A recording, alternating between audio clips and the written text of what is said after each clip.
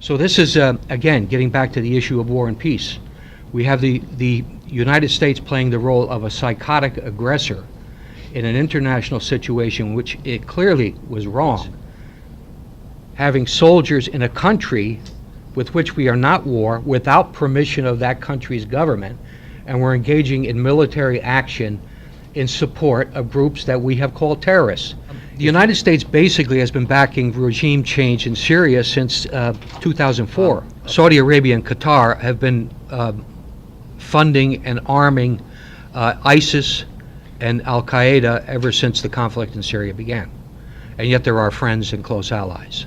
So again, these are organizations that are on the terrorism list of the United States government, and we are aiding and abetting them indirectly ourselves, and we have alleged allies that are aiding and abetting them directly. And yet no one seems to see the contradiction in this. Turkey is another one. Turkey, when I was in Turkey a year and a half ago, ISIS associates were in the streets begging for money. And the Turkish intelligence agency, which I can attest is very effective, was doing nothing about it. And they were also supplying weapons and sarin to the insurgents and also to ISIS. And this has been documented. And again, Turkey is in NATO. Turkey is one of our allies. Okay. Finally, Israel. Israel, same kind of story. Israel has a very cozy relationship with ISIS.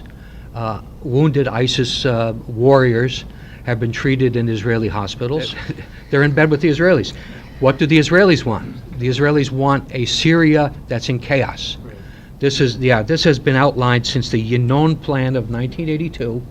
The Israelis have laid out in great detail how they would like to deal with their neighbors. And Syria is the one nation that specifically they want to break up into its constituents, Alawites, Christians, Sunni Muslims, Shia Muslims, and keep them fighting each other all the time, because then they don't have any time to make any trouble for Israel. So we have all of these people basically playing a game in Syria, and we are aiding and abetting it.